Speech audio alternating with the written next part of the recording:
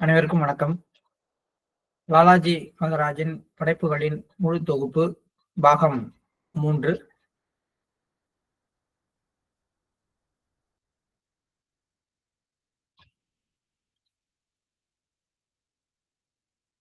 லாலாஜி மகராஜ் அவர்கள் தம்முடைய சீடர்களுக்கு 1924 முதல் 1931 வரை எழுதிய கடிதங்களுடைய ஒரு முக்கியமான கடிதங்களுடைய தொகுப்பை நம்ம படித்துக் கொண்டிருக்கிறோம்.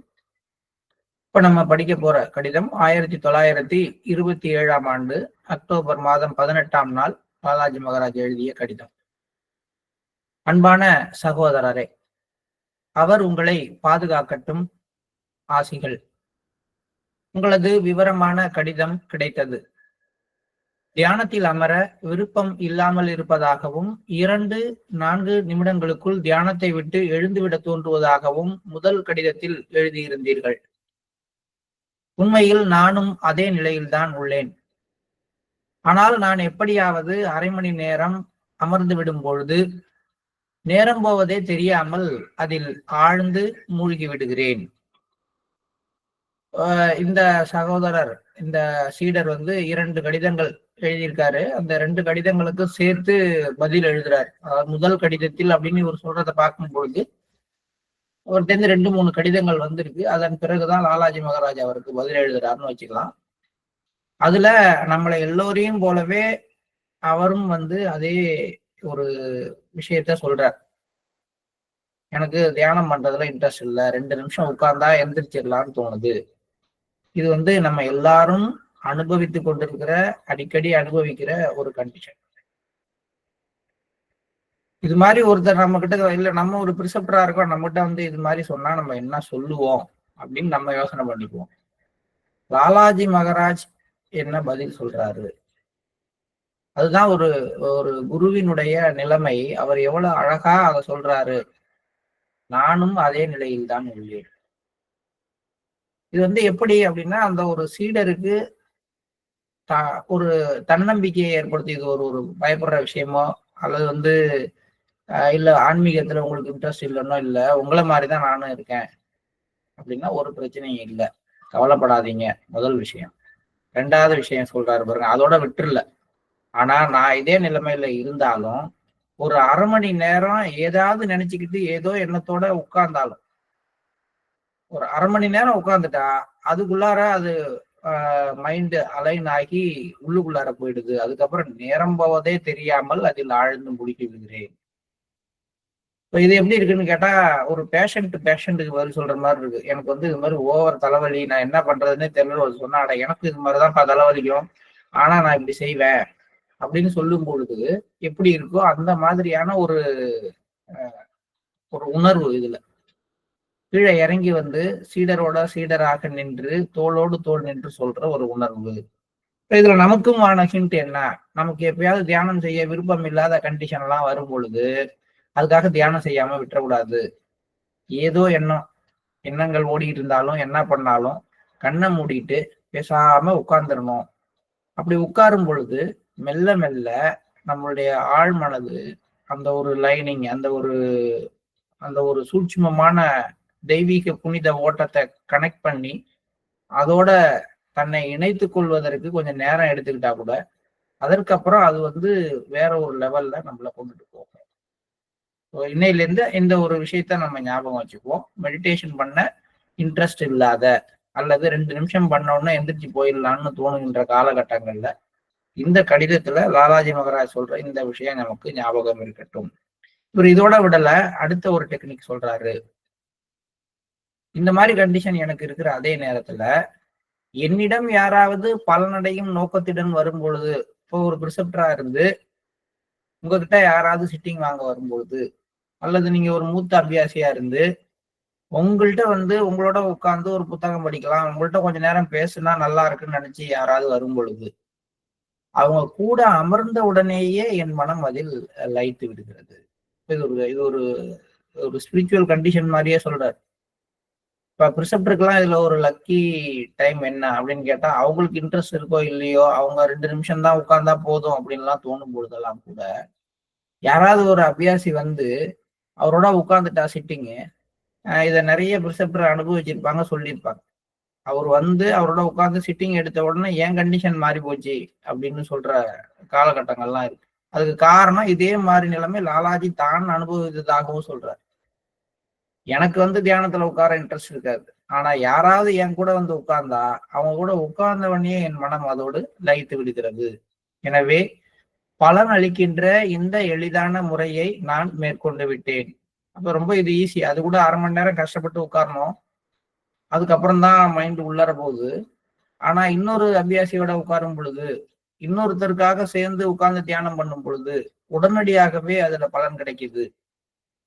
அதனால் நான் மற்றவர்களுடன் சேர்ந்து அமர்ந்து தியானம் செய்ய ஆரம்பித்திருக்கிறேன். திரும்பி தனியாக அமர வேண்டிய சந்தர்ப்பம் வரும்பொழுது விருப்பம் இல்லாமல் போய்விடுகிறது. அதனால் நீங்கள் இந்த முறையை முயற்சி செய்து பார்க்கலாம். எல்லாமே பிராக்டிக்கல் எக்ஸ்பீரியன்ஸ். தான் என்ன செஞ்சானோ அதுல இருந்து பதில் அதை வைத்து கொண்டு அதை எடுத்துக்காட்டாக வைத்து சொல்லுகின்ற குருமார்கள். இதுதான் சகஜ மார்க்கத்தினுடைய ஸ்பெஷாலிட்டி. இந்த காலத்தில் இது வந்து அடுத்த கடிதத்துல ஏதோ எழுதியிருப்பார் போட்டிருக்கு. அதாவது வந்து இந்த கடிதத்தை எழுதுறவர் அரசு துறையில ஒரு முக்கியமான வேலையில இருக்கிறவரா இருக்கலாம். அவர் வந்து லஞ்சம் வாங்கக்கூடிய ஒரு கட்டாயத்துக்கு, அதாவது அவருடைய உயர் அதிகாரிகள் லஞ்சம் வாங்கி தர சொல்ற ஒரு கட்டாயப்படுத்துற ஒரு சூழ்நிலையில இருந்திருக்கலாம். அல்லது வட்டிக்கு பணம் கொடுத்து வாங்கக்கூடிய ஒரு சூழ்நிலையில இருந்திருக்கலாம். இப்ப இந்த 2 வேலைகளை இவர் செய்யறதுனால இவர் மனதுல ஒரு குற்ற உணர்வு. அதனால வந்து நான் இந்த மாதிரிலாம் இருக்கிறேன் அப்படிங்கிறத குருநாதருக்கு எழுதுறாரு. எழுதி நான் இந்த மாதிரிலாம் இருக்கிறேனே, இதுல இருந்து என்னால மீண்டு வர முடியலையே, இது பாவம் இல்லையா, இது தப்பு இல்லையா, நான் என்ன பண்றது, இந்த சூழ்நிலை என்ன கட்டாயப்படுத்துது, நான் என்ன பண்றது அப்படிங்கிற மாதிரி கேட்கிறார். நமக்கும் கூட நம்மளை மீறி சில தவறுகள் செய்ய வேண்டிய இடத்துல நம்ம இருப்போம். உதாரணத்துக்கு ஒரு கடையில வேலை பார்ப்போம். அந்த கடையில வந்து முதலாளி வந்து அதிக விலை வச்சு பொருளை வச்சு அதை விற்க சொல்லுவாரு. இப்ப நான் முதலாளிக்கு விசுவாசமா இருக்கிறதா, மக்களுக்கு விசுவாசமா இருக்கிறதா அப்படின்னா, நான் யாருக்கு சம்பளம் வாங்குறேனோ அவர் சொல்றதுதான் நான் கேட்டாங்க. ஏன்னா அதை பத்தி அதிகமா சொல்லி மக்களை வந்து ஏமாத்தாம இது இந்த விலைங்க எடுத்துங்கன்னு சொல்றதோட நிறுத்திக்க வேணா நான் செய்யலாமே ஒழிய, அவர் அதிக விலை வச்சு விற்கிறாரு அப்படிங்கிறது மேல எனக்கு எந்த ஒரு அதிகாரமும் இல்லை. அதுக்குரிய அதிகாரம் உள்ளவங்க தான் அதை வந்து கேட்க போறாங்க, அல்லது வாங்குறவங்க அவங்க முயற்சி பண்ணி போக போறாங்க. இப்ப நான் கடையில இருந்துகிட்டு அந்த என்னுடைய முதலாளிக்கு எதிராக வர்ற மக்கள்கிட்ட இது வாங்காதீங்க, இவர் ஓவர் விலை வைக்கிறாருன்னு சொன்னா நான் வந்து என் தொழிலுக்கு தவறான இடத்துல போறேன். அதே நேரத்துல முதலாளியோட சேர்ந்துக்கிட்டு இது என்ன 50 ரூபா போட்டிருக்கேன், 100 ரூபா போடுங்க, இதை பத்தி நான் உயர்வா பேசி வித்து கொடுக்குறேன்னு சொன்னா வர்ற மக்களை ஏமாத்துறதா அர்த்தம். இந்த இடத்துல நான் கடமையை செய்யணும் இல்லையா? இப்ப இது மாதிரியான சூழ்நிலைகள் நம்ம எல்லாருக்குமே கவர்மெண்ட் ஆபீஸ்ல வரும். நம்ம ஒரு வேலை பார்த்துக்கிட்டு இருப்போம். அதுவும் முக்கியமா இந்த சிவில் சைடுல ஒர்க் பண்றவங்க, அது மாதிரி இருக்கவங்களுக்கு எல்லாம் என்னன்னு கேட்டா, அவங்க ஒரு பில்லை பாஸ் பண்ற மாதிரி இருக்கும். அங்க பார்த்தா பாலம் கட்டியே இருக்க மாட்டான், குவாலிட்டி ரொம்ப கம்மியா இருக்கும். அவங்களோட போய் நம்ம சண்டை போட முடியாது. நம்ம வெறும் ஒரு அலுவலர். அந்த அலுவலர்னா நடுவுல நின்று அங்க வர்ற பில்லுல எது எது கரெக்டா இருக்குதான்னு பார்க்க வேண்டிய ஆள். நான் என்ன பண்ண முடியும்? அப்ப இது மாதிரியான சிக்கலான சூழ்நிலைகள், ஒரு அரசு போக்குவரத்து கழகத்துல வேலை செய்யறவரா இருக்கலாம், அல்லது ஒரு ஆசிரியரா இருக்கலாம், இந்த தனியார் கம்பெனில எதுல வேணாலும் இருக்கலாம். எப்படி இருந்தாலும் சரி, எல்லா இடத்துலயும் நம்ம மனது அப்படியே முழுமையா ஏத்துக்கிற மாதிரி விஷயங்கள் நடப்பதில்லை. சில இடங்கள்ல நாம வந்து நமக்கு மனதுக்கு விரும்பாத விஷயங்களை செய்ய வேண்டிய சூழ்நிலையில இருக்கிறோம். அப்ப நமக்கு ஒரு கான்ஃபிளிக்ட் வருது. என்ன பண்றது? இப்ப விட்டுட்டா என் குடும்பம் வந்து இப்ப உடனே தத்தளிக்கும், இல்ல செய்தால் மனதுக்கு கஷ்டமா இருக்கு. இப்ப நான் குருநாதரை தான் கேட்க முடியும், என்ன செய்யறது? அந்த மாதிரி ஒரு சூழ்நிலையில இவர் குருநாதர்கிட்ட கேட்டிருக்காரு. அதுக்கு லாலாஜி பதில் சொல்றாரு, நியாயமான அல்லது நியாயமற்ற வருமானம் குறித்து தெளிவாக சொல்வதற்கு எதுவும் இல்லைன்றார். எந்த வருமானம் நியாயமானது, எந்த வருமானம் நியாயமற்றது என்பதை அவரவர்கள் தான் முடிவு பண்ணணும். வரையறுத்து எதையும் நம்ம சொல்ல முடியாது. இப்ப வந்து ஒருத்தர் வந்து கசாப்பு கடை வச்சு கறியை வெட்டி வித்து சம்பாதிக்கிறார். இது நியாயமான வருமானமா நியாயமற்ற வருமானமா? ஒரு உயிரை கொலை செஞ்சு சம்பாதிக்கிறாரே, இது நியாயமா நியாயம் இல்லாததான் அப்படின்னு நம்ம சொல்ல முடியாது. அது அவருடைய சூழ்நிலையையும் அவருக்கு தெரிந்த தொழிலை அவர் செய்ய வேண்டிய நிலையிலையும் இருப்பதனால வர்ற விதம். அதனால இது மாதிரி தெளிவாக வரையறுத்து சொல்ல முடியாது. பணத்தை நியாயமான வழியில் ஈட்ட வேண்டும் என்று நினைப்பதற்கு கூட நேரமின்றி மக்கள் மும்மரமாக இருக்கிறார்கள். இது எப்ப சொல்றாரு? 1925, 26ல சொல்றாரு. நம்ம என்ன நினைக்கிறோம், இப்பதான் இது மாதிரிலாம் அப்படின்னு லாலாஜி சொல்றாரு. எல்லா காலங்கள்லயும் மக்கள் இது மாதிரி இருக்கிறாங்க. நியாயமான வழியில் தான் பணம் ஈட்ட வேண்டும் என்று நினைப்பதற்கு கூட நேரமின்றி மக்கள் மும்மரமாக இருக்கின்றனர். நியாயமற்ற முறையில் சம்பாதிப்பதை பொறுத்தவரை தங்களது அன்றாட உணவிற்காக பாடுபடும் ஒவ்வொருவரும் தங்களது வழிமுறையை தவிர மற்ற அனைத்தும் நியாயமற்றவை என்று நினைக்கின்றனர். இது ஒரு நான் செய்யறதா சரி, மற்றவங்க செய்யறதெல்லாம் நியாயம் இல்லாதது அப்படிங்கிற எண்ணமும் பல பேர்கிட்ட இருக்கு. அதிக வட்டிக்கு கடன் கொடுப்பது என்பது லஞ்சம் வாங்குவதை விடவும் மிகவும் ஒழுக்கமற்ற மற்றும் தரம் தாழ்ந்த செயலாகும் என்பது எனது கருத்து. கடைக்காரர்களின் இழிவான செயல்பாடுகளை ஒரு நபர் கவனித்து பார்த்தால் எந்த அளவிற்கு அவர்கள் வியாபாரத்தில் ஏமாற்று வேலைகளில் ஈடுபடுகிறார்கள் என்பது புரிய வரும். இப்ப இதெல்லாமே நியாயமற்றதான். வட்டிக்கு பணம் வாங்குறது, லஞ்சம் வாங்குறது, அடுத்தது வட்டி பணம் கொடுத்து வட்டி வாங்குறது, லஞ்சம் வாங்குறது, கடையில பொருளோட விலையை ஏத்துறது, ஒரு பொருளை உள்ளார வச்சுக்கிட்டு டிமாண்டா ஆக்கி அதுக்கப்புறமேட்டுக்கு அதுக்கு விலையை ஏற்றி கொடுக்கறது, 1க்கு 2 வேலை கொடுத்து விற்கிறது, இது போன்ற ஏமாற்று வேலைகளில் ஈடுபடுகிறார்கள் என்பது புரிய வரும். பொருட்களின் விலையை செயற்கையாக அதிகரிக்க செய்ய பணம் படைத்த பெரும் வியாபாரிகளிடம் ரகசிய வழிகள் இருக்கின்றன. இன்னைக்கும் அதான் சொல்லிட்டு இருக்கோம். ஆன்லைன்ல பதுக்கல் இருக்கு, மார்க்கெட்ல செயற்கையா டிமாண்டை கிரியேட் பண்றாங்க. சில முக்கியமான பொருட்களை பெரிய அளவுல வாங்கி ஸ்டாக்ல பதுக்கி வச்சுட்டு அதுக்கு டிமாண்டை கிரியேட் பண்ணிட்டு விலையை இன்க்ரீஸ் பண்ணி விற்கிறாங்கன்னு நம்ம இன்னைக்கு சொல்லிட்டு இருக்கோம். 100 வருஷத்துக்கு அப்புறம். 100 வருஷத்துக்கு முன்னாடியும் இதை வியாபாரிகள் செய்திருப்பதாக லாலாஜி சொல்றார். எந்த அளவிற்கு அவர்கள் ஏமாற்றுகிறார்கள் என்பது கடவுளுக்கு மட்டுமே தெரியும். உண்மையில் இந்த குற்றச்சாட்டுகளுக்கு எவரும் விதிவிலக்கு அல்ல. நம்பிக்கை மற்றும் நற்பண்புகள் இருக்க வேண்டிய இடத்தில் மிக கேவலமான நடத்தையே இருக்கிறது. எந்த ஒரு மாவட்டமும் இதற்கு விலக்கல்ல. அடுத்து சொல்றாரு. இதெல்லாத்தையும் சொல்லிட்டு ஏன் இதெல்லாம் சொல்றாரு அப்படின்னா, உலகத்தோட நடத்தை இப்படிதான் இருக்குங்கிறத புரிஞ்சுக்குங்க. முதல்ல உங்களுடைய குற்ற உணர்வு வேண்டாம்.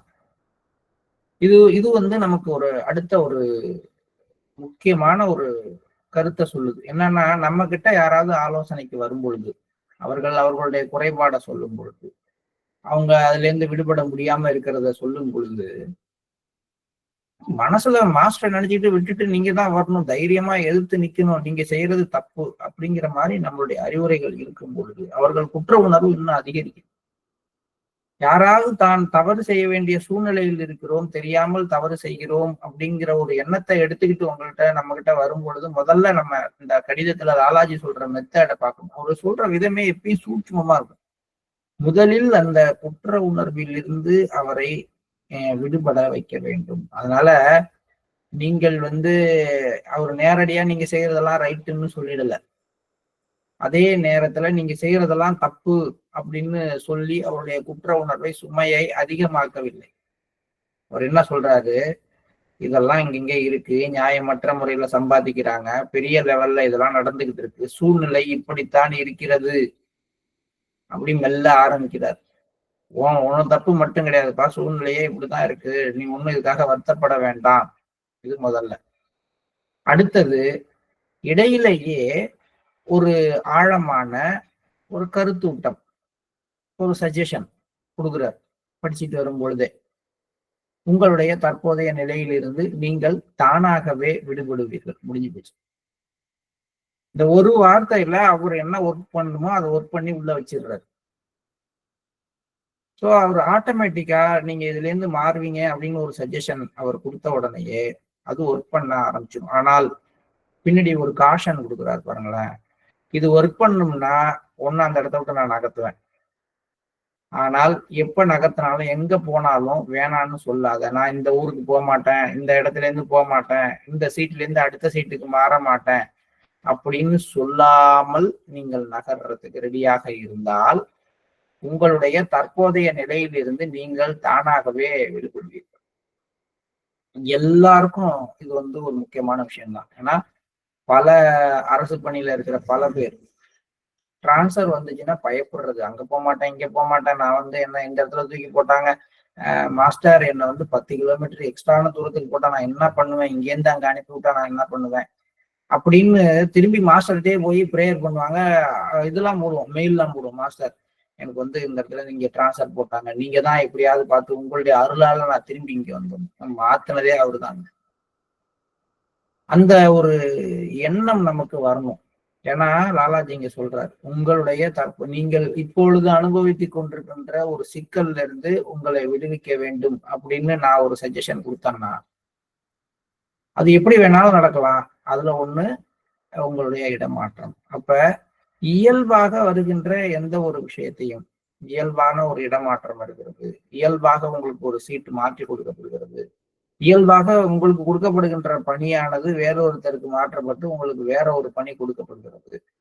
இதெல்லாம் மிஷன்ல நடந்தாலும் சரி, உங்களை வேற ஒரு சென்டருக்கு இன்சார்ஜா போடுறாங்க, இல்ல உங்கள்கிட்ட இருக்கிற சென்டர் இன்சார்ஜ் பொறுப்பெடுத்து இன்னொருத்தட்ட கொடுக்குறாங்க, உங்களை ஜோனல் இன்சார்ஜா இல்லாம வேற ஒருத்தர் ஜோனல் இன்சார்ஜா மாத்துறாங்க.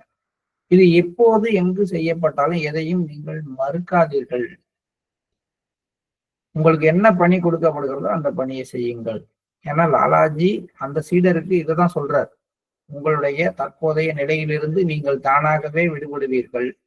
இடமாற்றம் எங்கு செய்யப்பட்டாலும் எப்போது செய்யப்பட்டாலும் அதை மறுக்காதீர்கள், அந்த இடத்திற்கு செல்லுங்கள். இது உங்களுக்கு நல்லது. மூணாவது, நீங்க ஏதாவது தவறு செஞ்சுட்டேன் அப்படி இப்படின்னா அதாவது கேட்குறாங்கன்னா ரிட்டனா எதையும் கொடுக்காதீங்க. இது முடிஞ்ச வரைக்கும் தவிர்க்க பாருங்கள். ஏன்னா நீங்கள் எழுத்துப்பூர்வமாக கொடுக்கின்ற எந்த ஒரு வாக்கு மூலமும் உங்களுக்கு எதிராக நடவடிக்கை எடுப்பதற்கு பயனுள்ளதாக இருக்கும். வாயால பேசுற எந்த ஒன்னையும் நேற்றுக்கு பேசிட்டோம், இன்னைக்கு மறந்துருச்சு, நாளைக்கு மாத்திட்டோம், அப்படி போயிடலாம். ஆனா எழுத்துப்பூர்வமாக எழுதுறது என்னைக்கும் நின்றுடும். ஒரு கவர்மெண்ட் ஆபீஸ்ல வேலை பார்க்குற ஒருத்தருக்கு அவர் கொடுக்குற முக்கியமான அறிவுரைகள் அது அவருக்கு மட்டும் இல்ல, அலுவலகங்கள்ல வேலை பார்க்குற நமக்கும் இதுதான். இதயத்தின் நிலையை கடவுள் நன்கு அறிவார். உங்க மனசு எப்படின்னு நிச்சயமாக கடவுளுக்கு தெரியும். கவலைப்படாதீங்க. எப்படி இதெல்லாம் ஒரு முள்ளுல உளுந்த சேலை மாதிரி வேகமா எடுத்தா சேலை கிழிஞ்சிடும். எடுக்காம அதுக்காக விட்டுற முடியாது. அப்படி மெல்லமா அதை எடுக்கிற மாதிரி அந்த அபியாசியுடைய இதயத்துல தைத்திருக்கிற அந்த குற்ற உணர்வு அப்படிங்கிற முள்ளுல மாட்டிருக்கிற அந்த சேலையை, அவருடைய மனத்தை எடுக்கிறதுக்கு லாலாஜி எவ்வளவு அழகா உதவி செய்யறாருங்கிறது இந்த லெட்டருடைய அந்த வரிசையில இருக்கும். இவ்வளவும் சொல்லிட்டு அடுத்து வர்றாரு, உங்க மைண்ட் எப்படி, உங்க ஹார்ட் என்னங்கிறது கடவுளுக்கு தெரியும், நீங்க கவலைப்படாதீங்க. இந்த வருமானம் நல்லதல்ல என்று எந்த நேரமும் உங்களுடைய இதயத்தில் நீங்கள் உணர்வதால் இது தவறானது என்று நீங்கள் நினைக்கிறீர்கள், இதுவே போதுமானது. இதுவும் ரொம்ப முக்கியமான வரி. ஒருத்தர் நம்ம எவ்வளவோ நிறைய தவறுகள் செய்யறதுக்கான வாய்ப்புகள் அல்லது சூழ்நிலையுடைய கட்டாயங்கள் இருக்கலாம். நம்ம என்ன பண்ணுவோம்னா முதல் நாள் எதிர்ப்போம், 2வது நாள் அமைதியாகும், 3வது நாள் சமாதானப்படுத்திக்குவோம், 4வது நாள் நம்ம செய்யற அந்த தவறை நியாயப்படுத்திக்குவோம். யார்பா செய்யல, ஊர்ல எல்லாரும் தான் செய்யறாங்க, இப்ப நான் மட்டும் என்ன, 10 பேர் லஞ்சம் வாங்குறேன், நான் மட்டுமா வாங்குறேன், சூழ்நிலை அது மாதிரிப்பா, 10 பேர் வாங்குறப்ப நான் மட்டும் வாங்கலன்னு சொன்னா என்ன வித்தியாசம் தான் பாப்பான், என்னை பத்தி 2 ரிப்போர்ட் போடுவான், இது தேவையா, நான் வாங்கிட்டு போறேன் என்ன அப்படின்னு நம்ம நியாயப்படுத்துவோம். இதுதான் நம்ம கண்டிஷன். நம்ம எல்லா தவறுகளையும் நம்ம எப்படி செய்யறோம்னா முதல்ல வேணான்னு சொல்லுவோம், அப்புறம் வேற வழி இல்லாம இன்னொரு ப்ரெஷர் வரும்பொழுது சைலண்டா இருப்போம், வேணான்னு சொல்றதை நிறுத்திட்டு, அப்புறம் கொஞ்ச நாள் கழிச்சு ஒரு தடவை செஞ்சுட்டு போவோம், இது என்ன பெரிய விஷயம் அப்படின்னு சமாதானம் பண்ணுவோம் மனச. அப்புறம் ஒரு தடவை 2 தடவை அந்த தவறு செய்த பிறகு நியாயப்படுத்துவோம், இது என்ன தப்புங்கிறோம், உலகத்துல யார் செய்யாத தப்பு இது, அரசியல்வாதிலாம் அவ்வளவு லஞ்சம் வாங்குறாங்க, எவ்வளவோ கொள்ள அடிக்கிறாங்க, இந்த ஒரே ஒரு விஷயமா நான் அடிக்கடி நிறைய சொல்லுவேன். பள்ளிக்கூடத்துல பையனுக்கு கொடுக்குற ஒரு நோட்டு புத்தகம் கவர்மெண்ட் கொடுக்குது, அதுல ஒரு நோட்டை எடுத்து அதுல வந்து ஸ்கூல் சம்பந்தமான ஒரு கணக்கை நான் எழுதினா கூட அது தப்புதான். இது தப்பா? என்ன ஸ்கூல்ல வந்து ஒரு நோட்டை எடுத்து ஸ்கூல் விஷயத்த எழுதுறோம், பையனுக்கு கொடுக்குற நோட்ல, இதுல என்ன தப்பு அப்படின்னா, பள்ளி தமிழ்நாடு முழுக்க ஒரு 4 லட்சம் வாத்தியாரும் இருக்காங்க. 4 லட்சம் வாத்தியாரும் கவர்மெண்ட் கொடுக்குற நோட்ல ஒரு ஒரு நோட்டை எடுத்து ஸ்கூலுக்காக ஒர்க் பண்ணா 4 லட்சம் நோட்டுகள் மாணவருக்கு போகாம இருக்கும். அப்படிதான். இதை நோட்டுக்கு யூஸ் பண்ணி பார்க்கலாம், முட்டைக்கு யூஸ் பண்ணி பார்க்கலாம். ஒரு ஒரு ஒரு ஸ்கூல்ல சொல்றேன். இதே ஒரு எந்த ஒரு அலுவலகத்திலையும் சரி. அப்ப நம்ம சாதாரணமாக ஒண்ணு தவறு இல்லை அப்படின்னு நினைச்சு, இது என்னங்க பள்ளிக்கூடத்துக்கு தான் இருக்குது, அத பள்ளிக்கூடத்துல தான் நான் செய்யறேன், ஸ்கூலுக்குள்ளது ஸ்கூலுக்கு தான் செய்யறேன், தப்பு இல்லை அப்படின்னு நான் நியாயப்படுத்த அந்த விஷயத்தினுடைய தாக்கம் எனக்கு தெரியாமலேயே போய் அந்த தவறை நான் தொடர்ந்து செய்ய ஆரம்பிக்கிறேன். ஆனா இங்க இவருக்கு லாலாஜி சொல்றாரு, உங்கள் இதயம் நல்ல இதயம், அது கடவுளுக்கு தெரியும். ஏன்னா இந்த தவறை செய்ய வேண்டிய சூழ்நிலையில நீங்கள் இருந்தாலும், யாருக்கும் வட்டிக்கு பணம் வருது, கொடுத்து கடன் கொடுத்து அவர் வட்டி வாங்கிட்டு இருக்கிறாருன்னு வச்சுக்கோமே, இதை தவிர்க்க முடியாது. ஆனா வட்டியை குறைச்சிக்கலாம், அவ்வளவுதான். ஏன்னா இது வந்து உங்களுடைய தொழிலா கூட இருக்கலாம். கடன் கொடுத்து வாங்குறது, ஒரு பைனான்ஸ் செய்யறது உங்களுடைய தொழிலா கூட இருக்கலாம். அப்படி இருக்கிற பட்சத்துல நீங்கள் இந்த மாதிரி வர்ற வருமானம் தவறானதுன்னு நினைக்கிறீங்க இல்லையா, அதுவே போதுமானது. அப்ப எந்த சூழ்நிலையிலையும் ஒரு தவறு செய்துவிட்டு அதை நியாயப்படுத்தக்கூடாது. அது தவறானது அப்படிங்கிற எண்ணத்தோட தொடர்ந்தால் கூட அந்த சூழ்நிலை மாறிவிடும். எண்ணம் தான் மிக முக்கியமானது. இதெல்லாம் வந்து நமக்காக தான் சொல்றாரு. எல்லாம் இப்ப இது வந்து ஆபீஸுக்கு தான் இல்ல, வீட்டுல எடுத்துக்கலாம். வீட்டுல சில விஷயங்களை நம்ம செய்வோம், செஞ்சுட்டு அதை நியாயப்படுத்துவோம். நியாயப்படுத்திட்டு அதுக்கப்புறம் அந்த தவறை வந்து தொடர்ந்து நம்மளே செய்து கொண்டிருப்போம். இது வந்து சிகரெட்டு சாப்பிட்றது, மது அருந்துறது, தொடர்ச்சியாக போன் பார்க்கறது, டிவியில சீரியல் பார்க்கறது, இதுல எதை வேணாலும் நீங்க எடுத்துக்கலாம். இந்த விஷயம் நல்லதல்ல அப்படின்னு நீங்க நினைக்க ஆரம்பித்து அதை தொடர்ந்து உணரும் பொழுது நீங்க பார்க்க வேண்டிய சூழ்நிலை ஏற்பட்டாலும் தவறு கிடையாது. ஆனால் யார் பார்க்கல, இதெல்லாம் ஒரு பெரிய விஷயமா, இது பார்த்தா என்ன தப்பு அப்படி என்று அதை நியாயப்படுத்தும் பொழுது கட்டாயமாக நீங்க அந்த பழக்கத்துக்கு அடிமையாவீங்க. அதனால எண்ணம் தான் மிக முக்கியமானது. நீங்க ஏதாவது ஒரு வழி மாறி செல்லும் பொழுது நல்லா தெரிஞ்சுக்கணும், சூழ்நிலையும் சந்தர்ப்பமும் உங்களை தள்ளினால் கூட தனிப்பட்ட முறையில் உங்களுக்கு இதில் எந்த ஆர்வமும் இல்லை என்பதை நீங்கள் முடிவு செய்து கொள்ளுங்கள். அதுல தெளிவா இருங்க. நீங்க செய்யறது தவறுதான் என்பதை நீங்கள் ஒத்துக்கொள்ள ரெடியாக இருங்கள், நியாயப்படுத்தாமல் இருங்கள். அப்படி இருந்தால் இதுல இருந்து நீங்க மீண்டு வரலாம். இதுதான் லாலாஜி அந்த சீடருக்கு சொல்ற. தனிப்பட்ட முறையில் உங்களுக்கு இதில் எந்த ஆர்வமும் இல்லை, மேலும் நீங்கள் இதை மோசமானதாகவும் உணர்கிறீர்கள். அதனால் இந்த தவறு வந்து உங்களுடைய இயல்பு அல்ல. இயல்புல இருந்ததுன்னா நம்ம அதை உணர மாட்டோம். ஒருத்தனுக்கு இயல்புலயே வந்து கொடூரமானவனா இருக்கிறான்னா அவனுக்கு அடுத்தவனை அடிக்கிறது, கொலை செய்யறது எதுவுமே வித்தியாசமா படாது. ஆனா இயல்புல நல்லவனா இருந்து ஒரு ப்ரெஷர்ல ஒரு யாரோ ஒருத்தவங்களோட கம்பல்ஷன்ல இன்னொருத்தனை போய் அடிக்க வேண்டியது, திட்ட வேண்டியதெல்லாம் வரும்பொழுது மனசு பதறும், செய்யக்கூடாது பாவம், இல்ல அடிச்சு விட்டாலும் அதுக்கப்புறம் ஐயோ தப்பு பண்ணிட்டோமே அப்படின்னு தோணும். அப்ப அந்த மாதிரி தோன்றப்ப நல்லா தெரிஞ்சுக்கணும், மனசு பதறுது அப்படின்னாலே அது என்னுடைய இயல்பு அல்ல, என் இயல்புக்கு மீறி நான் செயல்படுகிறேன் அப்படின்னு. அதனால அந்த எண்ணம் நியாயம். ஆனா அடிச்சு விட்டு அவன் தப்பு பண்ணான் அதனால இதை செய்யறது தப்பு தான், ரைட்டு தான், அவன் அவன் என்ன பாவம் பண்ணானோ அதுக்கு நான் தண்டனை கொடுக்கணும்னு ஆண்டவன் நினைக்கிறான்னு அப்ப நம்ம செய்யறது எல்லாத்துக்கும் நியாயப்படுத்த ஆரம்பிக்க கூடாது. இத வந்து லாலாஜி அவர்கிட்ட சுட்டி காட்டுறாரு. நீ இந்த இந்த லெட்டருடைய வரிசையை பாருங்க. முதல்ல என்ன சொன்னாரு, இந்த அபியாசி சொன்னதுக்கு பதில் சொல்லும் பொழுது இந்த வருமானம் தவறா வருது அப்படின்னு நீங்க சொல்றீங்க, உங்களுக்கு மட்டும் இல்ல உலகம் ஃபுல்லா இதான் நடந்துட்டு இருக்கு. ரெண்டாவது என்ன பண்றாரு, கவலைப்படாதீங்க, நீங்க இதுல இருந்து இயல்பாகவே வெளியில வந்துருவீங்க. மூணாவது என்ன சொல்றாரு, அதற்கு உங்க சூழ்நிலையில எந்த மாற்றம் வந்தாலும் அதை இயல்பாக எந்தவித எதிர்ப்பும் இல்லாமல் ஏற்றுக்கொள்ளுங்கள். நாலாவது மைண்ட் லெவலுக்கு போறாரு. மைண்ட் லெவல்ல போயிட்டு உங்க மைண்ட் லெவல்ல நீங்க வந்து பியூரா தான் இருக்கிறீங்க, சூழ்நிலைகள்ல இந்த வேலை செய்தா கூட இது மோசமானது, இதை செய்யறது சரியில்லை, இதுல எந்த இன்ட்ரெஸ்டும் எனக்கு இல்லை, எனக்கு இதை திருப்பி திருப்பி செய்யணுங்கிற இன்ட்ரெஸ்ட் இல்லை அப்படிங்கிறதெல்லாம் உங்க மைண்ட்ல இருக்கு.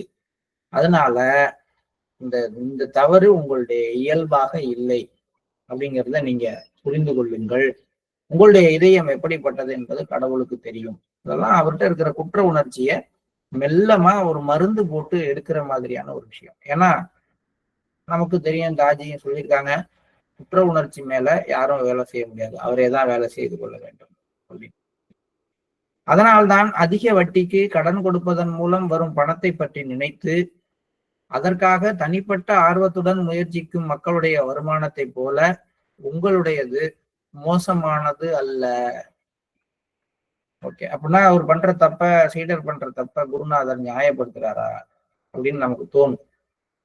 ஆனா அப்படி கிடையாது. இது இது அவங்க போக்குலயே போய் அவங்க சொல்றதெல்லாம் செய்யறதெல்லாம் ஓரளவுக்கு அவங்களுக்கு பரவாயில்ல, நான் ஒன்னும் அப்படி பெரிய தப்பு பண்ணலங்கிற மாதிரி ஒரு உணர்வை கொடுத்து அதுல இருந்து அவங்களை மீட்டு கொண்டு வர விஷயம். இந்த கடிதத்தை முழுசா படிக்கும் பொழுது அது தெரியும். நீங்கள் எந்த முயற்சியும் செய்யாமல் எந்த தனிப்பட்ட ஆர்வமும் காட்டாதிருக்கும் வரை தானாகவே உங்களை வந்து சேருகின்ற பணம் உங்களுக்கு கடவுள் செய்கின்ற ஒரு உதவியை போன்றது. நல்லா தெரிஞ்சுக்கங்க. அதை வந்து உதாசீனப்படுத்தவும் வேணாம், அதுக்காக ஆசைப்படவும் வேணாம்.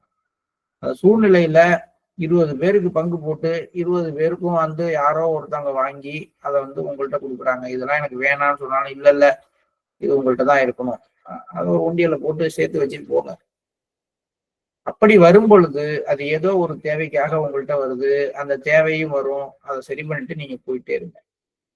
ஆனா நீங்கள் அந்த பணம் ஐயோ வள்ளியே இது இல்லைன்னா நான் வாழ முடியாது அப்படின்னு அந்த பணத்தை எடுத்து செலவு பண்ற சூழ்நிலைக்கு நீங்கள் போகும் பொழுது அது தவறு. ஸோ இதெல்லாம் வந்து எங்கேயோ யாருக்கோ என்னைக்கோ இல்லை, நம்ம ஒவ்வொருத்தருக்கும் இந்த கண்டிஷன்லாம் நான் படிக்கும் பொழுதே உங்களுக்கும் தெரியும். இதெல்லாம் வந்து உங்களுக்கும் வருகிறது. அந்த மாதிரி வர்றத நான் என்ன செய்யணும், எந்த தனிப்பட்ட ஆர்வமும் காட்ட வேண்டாம், அவ்வளவுதான். அதை வச்சுக்கிறதுக்கு அல்லது வேணாம் அப்படின்னு தள்ளி விடுறதுக்கு. ஏன்னா எதுக்காக வருதுன்னே எனக்கு தெரியாது. அதனால ஆர்வம் காட்டவும் வேண்டாம், எதுவும் செய்ய வேண்டாம், அதை அப்படியே இயல்பா விட்டுருங்க. அது வேலையுடன் இணைந்த ஒன்று. நீங்க எங்க இருக்கீங்களோ அந்த வேலையோடு இணைந்த ஒன்றாக இருந்து அது நடைபெறும் பொழுது அதை பத்தி பெருசா நீங்க மனசுக்குள்ளார எதுவும் வைத்துக் கொள்ள வேண்டாம். வேலையில் எதையும் பெறாத ஒரு நிலையை நீங்கள் எட்டும் போது அதற்கேற்ற வகையில் நீங்கள் நடந்து கொள்ளுங்கள். ஏதாவது ஒரு காரணத்தை கூறி யாசித்து வாழ்வதை குறை சொல்லும் ஒரு மனிதர் நீங்கள் விரும்பும் விதத்தில் இருக்க மாட்டார், அல்லது நீங்கள் லஞ்சம் ஏற்பதை நிறுத்தினாலும் நீங்கள் அளிக்கும் பயிற்சியை ஏற்றுக்கொள்ள மாட்டார்.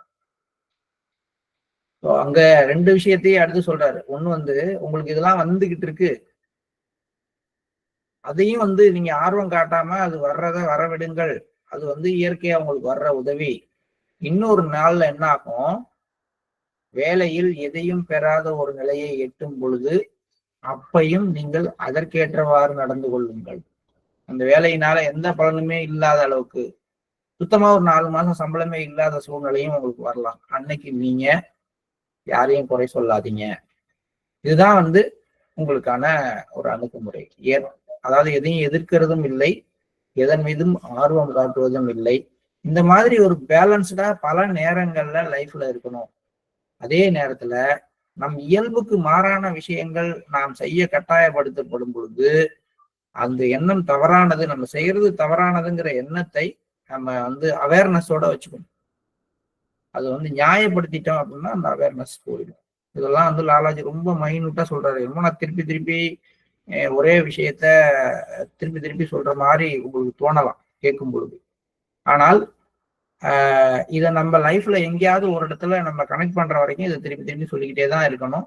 ஏன்னா அவ்வளவு சூட்சுமமாக நுட்பமாக ஒரு கடிதத்தின் மூலமாக ஒரு அபியாசியினுடைய வாழ்க்கை மேல ஒரு லாலாஜி மகராஜ் ஒர்க் பண்றார்.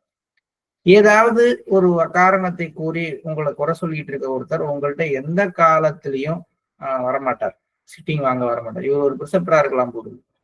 அதனாலதான் அவர் சொல்றாரு, நீங்க செய்யற எந்த ஒரு, இப்ப நீங்க லஞ்சம் வாங்க வேண்டிய சூழ்நிலை வருது, அவர் என்னங்க அவரே வந்து லஞ்சம் எல்லாம் வாங்கிட்டு கவர்மெண்ட் ஆபீஸ்ல எல்லாரோடையும் இருக்காரு, அவர்கிட்ட போய் எப்படிங்க நான் சிட்டிங் எடுக்கிறதுன்னு ஒருத்தர் சொல்றாருன்னு வச்சுக்கோமே, அவருக்காக நீங்க ஒன்றும் வருத்தப்படாதீங்க. ஏன்னா அவங்க வந்து நீங்க என்னத்த நிறுத்தினாலும் சரி உங்கள்கிட்ட வந்து பயிற்சி எடுக்க வரமாட்டாங்க. அவங்களுக்கு உங்க பயிற்சி எடுக்காமல் இருக்க என்ன காரணங்கிறது தான் தேவை. எனக்கு ஒரு சின்ன அனுபவம். என்னுடைய நண்பர் ஒருத்தர் ரொம்ப ரொம்ப நல்லவர், ரொம்பவும் ஹெல்பிங் டெண்டன்சி உள்ளவர். அவரை வந்து என் கூடவே படிச்சவர் தான். அவரை வந்து நம்ம எப்படியாவது சகஜ மார்க்கத்துல சேர்த்து விடணும். ஏன்னா இவ்வளவு நல்ல குணாதிசயங்கள் உள்ளவர் சகஜ மார்க்கத்தை புடிச்சுக்குவாரு அப்படின்னு.